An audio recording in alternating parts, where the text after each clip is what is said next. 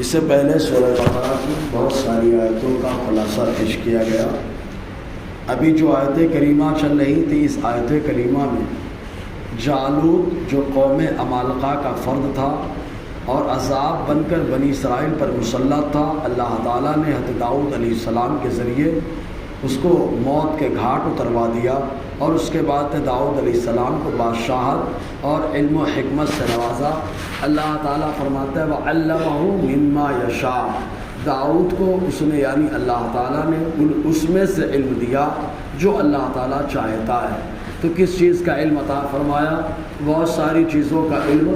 ان میں سب سے اہم بات یہ کہ حضرت داؤد علیہ السلام کو اللہ تعالیٰ نے تورات کا ایسا علم دیا کہ آپ تورات کی جب تلاوت کرتے تو پرندے اڑنا چھوڑ کر خاموشی کے ساتھ بیٹھ کر کے سنتے، اگر جانور ہوتے تو وہ بھی رک جاتے، حتیٰ کہ کچھ روایتوں میں آیا کہ پانی بھی ٹھہر جاتا تھا حضرت داؤد علیہ السلام کے تورات پڑھنے کے وقت۔ اسی طریقے سے اللہ تعالیٰ نے آپ کو یہ علم دیا کہ لوہا کسی کے ہاتھ میں آنے کے بعد نرم نہیں ہوتا، لیکن داؤد علیہ السلام کے ہاتھ میں اگر لوہا آ جاتا تو اللہ تعالیٰ اس لوہے کو موم بنا دیتا۔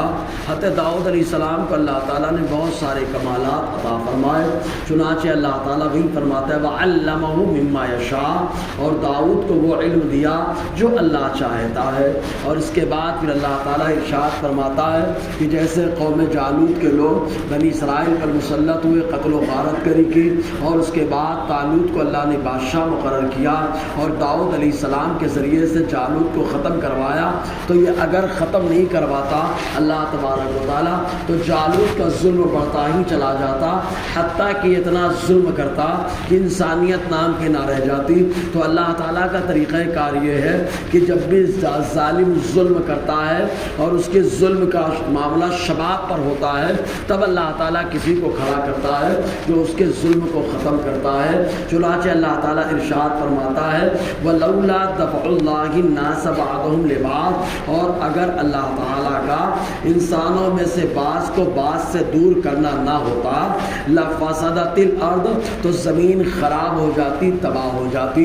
تو بعض کو اللہ تعالیٰ بعض کے ذریعے سے ختم کر دیتا ہے، جیسے جالوت کو طالوت اور حضرت داؤد علیہ السلام کے ذریعے سے ختم کر دیا، فرعون کو حضرت موسیٰ علیہ السلام کے ذریعے ختم کر دیا، نمرود کو نگلے مچھر سے ختم کر دیا، ابرہہ کو ابابیل کے لشکر سے ختم کر دیا، اور تو اور کفار مکہ کو مصطفیٰ کے قدوم میمونت کی برکت سے ختم کر دیا۔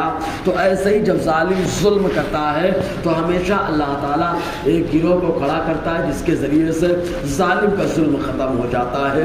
وَلَكِنَّ اللَّهَ ذُو فَضْلٍ عَلَى النَّاسِ، لیکن اللہ تعالیٰ جہان والوں پر فضل کرنے والا ہے، کرم کرنے والا ہے کہ جب کرم کی بارشیں ہوتی ہے تو ایمان والے کو بھی نوازا جاتا ہے اور جو بے ایمان اسے بھی نوازا جاتا ہے۔ ایسا نہیں کہ خالی سورج کی روشنی ایمان والے کو روشنی پہنچاتی ہے، بلکہ جب سورج اللہ نکالتا ہے تو روشنی ایمان والے اور بے ایمان سب کو ملتی ہے۔ ایسے ہی بارش جب اترتی ہے تو ایسا نہیں کہ خاص ایمان والوں کے لیے اللہ بارش اتار رہا ہو، بلکہ پانی آتا ہے تو سب کو فائدہ پہنچاتا ہے۔ یہ جہان والوں پر اللہ تعالیٰ کا احسان ہے۔ تلک آیات اللہ نتلوها علیک بالحق، اے محبوب صلی اللہ علیہ وسلم، یہ اللہ کی آیتیں نشانیاں ہیں جنہیں ہم آپ کے سامنے حق کے ساتھ بیان کرتے ہیں، پڑھتے ہیں۔ جو واقعات اللہ نے بیان فرمائے سارے واقعات کو اپنے محبوب کو بتا دیا۔ وَإِنَّكَ لَمِنَ الْمُرْسَلِينَ، اور بے شک آپ پیغمبروں میں سے ہیں۔ اللہ تبارک و تعالیٰ نے تقریباً 1,24,000 یا 2,24,000 انبیاء کرام کی جماعت کو بھیجا، اور 313 یہ جمہور کا قول ہے، یا 306 316 الگ الگ اقوال کے مطابق اللہ تبارک و تعالیٰ نے رسولوں کی جماعت کو بھیجا ہے۔ تو اپنے محبوب سے اللہ تعالیٰ فرماتا ہے آپ مرسلین میں سے ہیں، یعنی نبی بھی ہیں، رسول بھی ہیں، مرسل ہے، اور مصطفیٰ بھی اللہ تعالیٰ نے اپنے محبوب کو بنایا انشاءاللہ۔ اور آگے گفتگو رہے گی۔ اللہ تعالیٰ ہم سب کو فیضان قرآن، برکات قرآن سے مالا مال فرمائے۔